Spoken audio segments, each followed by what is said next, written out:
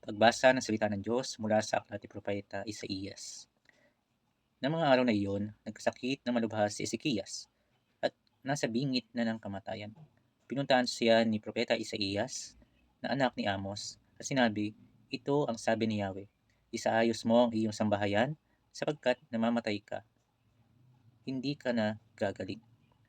Tumalikod si Ezekias at humarap sa dingding at nanalangin kay Yahweh.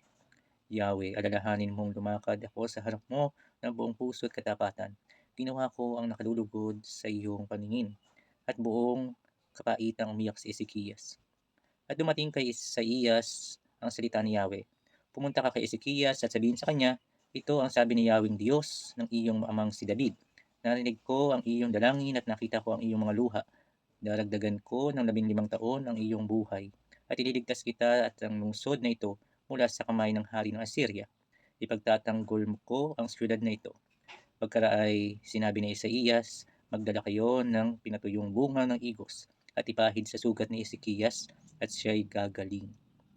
At ito ang tanda ni Yahweh para sa iyo na tutuparin niya sa kanyang ipinangako. Masdan mo ang aninong likha ng araw sa hagdanan ng palasyo ni Ahas ay pag-uurungin ko ng 10 baitang na ipinanaog nito, at ang liwanag ng araw ay pumanhik nga ng 10 baitang sa hagdan. Mga kapunla ang salita ng Diyos. Salamat sa Diyos. Ngayon po ay Biyernes sa ikalibang linggo sa karaniwang panahon. Amen.